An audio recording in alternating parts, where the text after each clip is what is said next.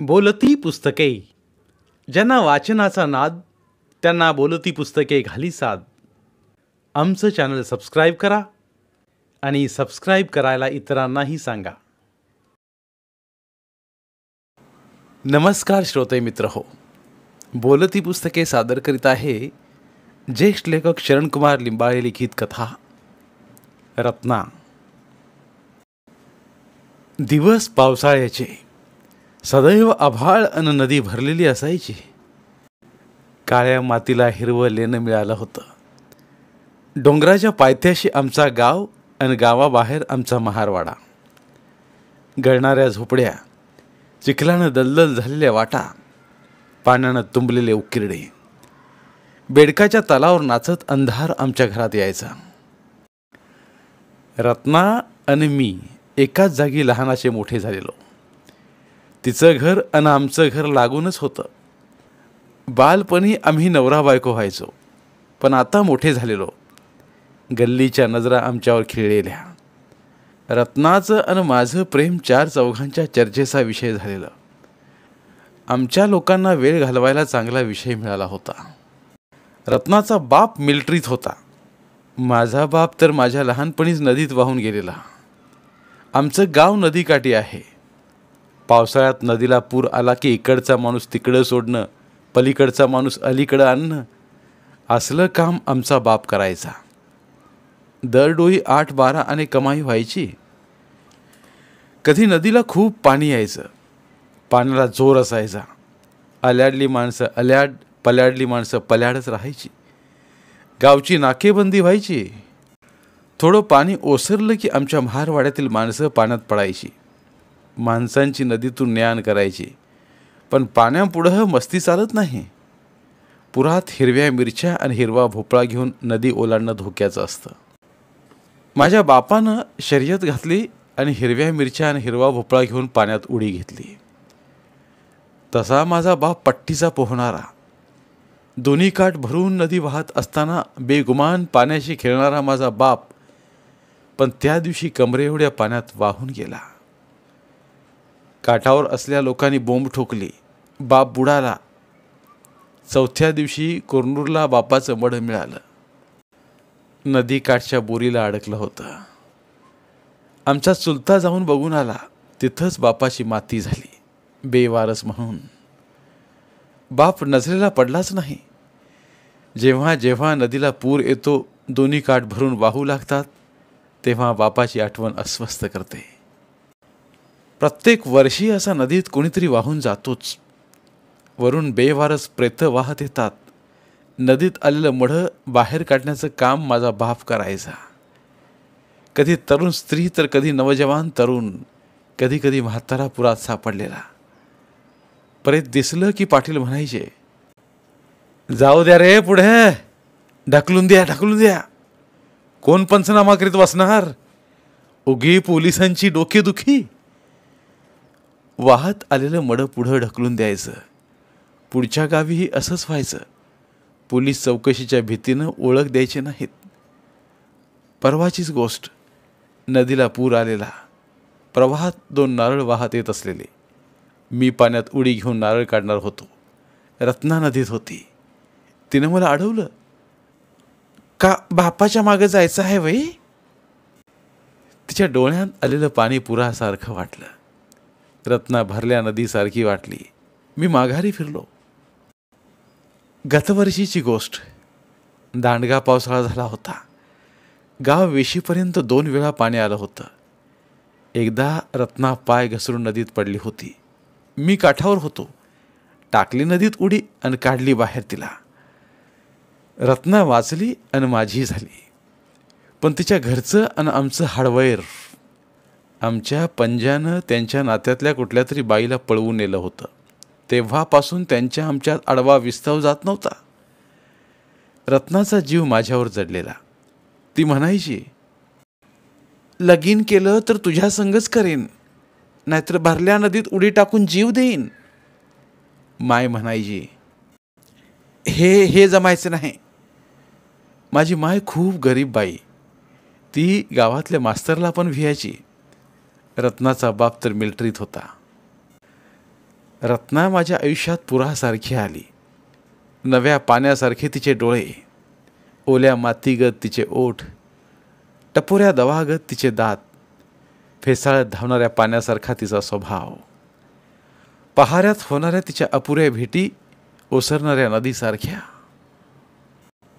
भन्नाट रान वाऱ्यासारखी रत्ना वस्तीभर वावरायची. 4 डोळ्यांत ती खुपायची.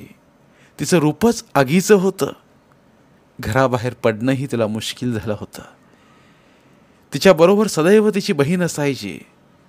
माझं अन रत्नाचं वागणं वस्तीत काळोख पेटवत होतं.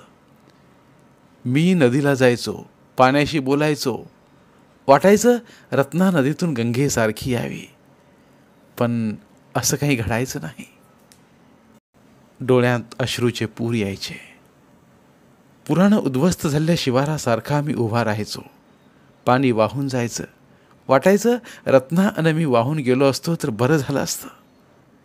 रत्ना माझी आहे. मी नदीकडं भरल्या डोळ्यानं बघायचो. रत्ना पाण्याला यायची. ती वर पाणी भरायची आणि तिच्या पायाला स्पर्शून येणाऱ्या पाण्याला मी उंजळीत घ्यायचो. डोळ्याला लावायचो, ओठांना लावायचो. रत्ना निघून जायची. मी तसाच किनाऱ्यावर. डोळ्यात डोह जमा व्हायचा. दूर दूर वाहत गेलेल्या नदीकडं आणि डोळ्या आड होणाऱ्या रत्नाकडं पाहताना मी कधीच थकलो नाही. रत्ना परत येईल या पाण्याच्या प्रत्येक लाटेवर तिचा टपोरा चेहरा कोरून ठेवला आहे. ती येईल मला पाहण्यासाठी. एक एक आठवणी देऊन जाईल या नदीला वाहण्यासाठी. नदीकाठची संध्याकाळ, बगड्यांची किनाऱ्यावर जमणारी रांग, घराकडं परतणारी गाई गुरं, गुरख्याच्या गळ्यात आल्हाददायक अंधार भरलेला, रानोमाळ झालेली माणसं थकून भागून येत असलेली, ओढीनं महादेवाच्या देवळातून ऐकू आलेली पोथीची घंटा, एक एक पेटत जाणारा दिवा आणि चुली, नदीच्या पाण्यावरही अंधाराची साय धरलेली, पाण्यात एक एक चांदणी फुलत असलेली, ढवळलेल्या लाटा किनाऱ्याच्या अंगभर, देवाप्पाच्या शेतात खुरपायला गेलेली माय नदी ओलांडून येते, अंधारात वाहणाऱ्या थंड वाऱ्यासारखी. तिच्या पावलांची थरथर रातकिड्यांच्या गळ्यातून जाणवते. तिच्या श्वासाची उब पेटत्या चांदातून जाणवते. पाण्याच्या खळखळाटागत ती मनात भिनत जाते. कुणाची तरी पाण्यात पडलेली पावलं, घागर पाण्यानं भरण्याचा आवाज आणि अशाच वेळी रत्ना अधिकच बिलगते. चोरून असं किती दिवस भेटायचं? कोणी पाहिलं तर? आपण पळून जाऊया रे, नाहीतर मी जीव देईन. गणा लई त्रास देतोय. तू काहीतरी कर, बोल की. मला तिच्या बोलण्यातील ओढ आणि वेग कळत होता. काळ्या कुट्ट अंधारात तिचा स्पर्श साक्षीला होता. अन नदीचा वाहणारा आवाज मधूनच एका पाखरानं फडफडत उडून जावं तशी रत्नाच्या माईची हाक कानावर आली. ढगा आडून चांदानं बाहेर पडावं तशी रत्ना निघून गेली. तिची माय तिचा छळ करेल. चांद हळूहळू वर येत होता. चांदण्या आभाळात गर्दी करीत होत्या. पाणी चंदेरी दिसत होतं. लव्हाळी चंदेरी दिसत होती. वाळूवर रुपेरी मुलामात सजला होता. शिंदीच्या बनात टिटवी ओरडत होती. आता घराकडं परतावं लागेल, नाहीतर माय नदीकडं ओरडत येईल. काही शंख शिंपले मुठीत घेऊन मी घरी निघालो. रत्नाच्या रडण्याचा आवाज ऐकू येत होता. रात्र काळजात फाटत होती. मी घरभर अस्वस्थ होत होतो. माय देखील उदास झाली होती. थोड्या वेळानं गणा निघून गेला. तो रत्नाच्या घरातून आला होता. गणाला बघून माय हादरली. त्यानं तिला दम भरला होता.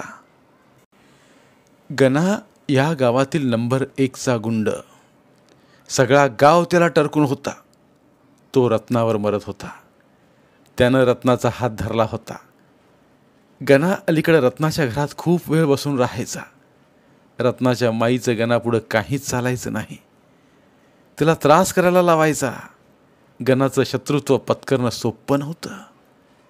एकतर त्याचा सरळ काटा काढावा, नाहीतर रत्नाला घेऊन पळून जावं, नाहीतर रत्नाचा विचार सोडून द्यावा. काय करावं काहीच कळत नव्हतं. रत्नाच्या भेटी काळजावर विस्तव ठेवून जायच्या. कधी रत्नाच्या माईनं केलेला छळ, कधी गणाची दांडगाई, कधी रत्नानं आत्महत्या करण्याच्या दिलेल्या आठवणी. माझ्या माईची असह्य समजूत मला सदैव बेचैन करायची. या गावातून आता बेपत्ता झालं पाहिजे, त्याशिवाय गणा सुखानं जगू देणार नाही. 2 दिवस झाले नदीचा पूर ओसरत नव्हता. काटगावच्या तळ्याचं पाणी नदीत सोडलं होतं. भरपूर पावसाने तळ्याला धोका निर्माण झाला होता, म्हणून सर्व पाणी मोरीवाटं सोडून दिलं होतं. नदी ऐन तारुण्यात आली होती. पाणी बेफाट वाहत होतं.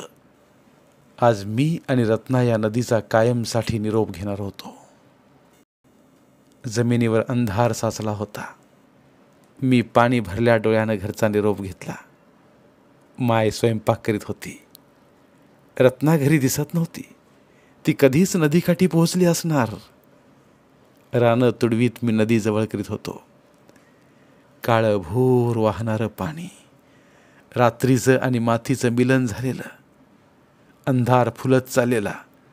मी अधीरतेनं ठरल्या जागी पोहोचलो. क्षणभर काहीच कळलं नाही. गणानं रत्नाला पकडलं होतं. रत्ना प्रतिकार करीत होती. गणा रत्नाला लाथा बुक्क्यांनी मारहाण करीत होता. माझ्या डोळ्यात पाणी पेटलं. भूमीच्या गर्भात काळोख खळाळला. मी पुरासारखा गणावर कोसळलो. सर्व ताकदीनिशी त्याला जमिनीवर लोळवलं. त्याच्या नरडीवर पाय दिला. गणाच्या देहाची तडफड होत होती. अंधार थरथरत होता आणि माझा पाय त्याच्या नरड्यावर अधिकच मजबूत होत होता. माझ्या पावलात महापुराची ताकद आली होती. रत्ना रात्रीसारखी उभी होती. गणाची तडफड थांबली. गणाचे दोन्ही पाय धरून मी त्याला पुरात लोटून दिलं. आता त्याचं मडं खाली वाहत जाईल. कुठंतरी त्याच्या प्रेताचा बेवारस म्हणून पंचनामा केला जाईल. एक क्रूर काळोख प्रवाहात विलीन झाला होता. नदीच्या प्रवाहाला वेग आला होता. पाणी खळाळत होतं. मी रत्नाला जवळ ओढलं, कवेत घेतलं. किनाऱ्यावर रत्नाची माय दिसली. तिच्या पाठीमागून माझी माय येत होती. मला काहीच कळत नव्हतं. रत्नाची माय जवळ आली. ही पोरगी तुझ्याकरताच जन्मली आहे. तुम्ही दोघं सुखात राहावा. गणाच्या भीतीनं मी तुमचा छळ केला. पाण्याचा खळखळाट स्पष्टपणे ऐकू येत होता. आम्ही नदीवरून परतलो तेव्हा परत एकदा गणाच्या प्रेताची आठवण झाली. आता ते कुठंपर्यंत वाहत गेलं असेल. धन्यवाद. पुन्हा भेटूया एका नवीन कथेसह. साहित्यरत्न लोकशाहीर अण्णाभाऊ साठे यांना त्रिवार अभिवादन. लोकशाहिरांचं साहित्य अभिवाचन स्वरूपात लोकांपर्यंत पोहोचवणं हा आमचा संकल्प आहे. चला तर मग साहित्याचा हा खजिना सर्व मराठी जनांपर्यंत पोहोचवूया. जास्तीत जास्त शेअर करूया. पुन्हा एकदा धन्यवाद.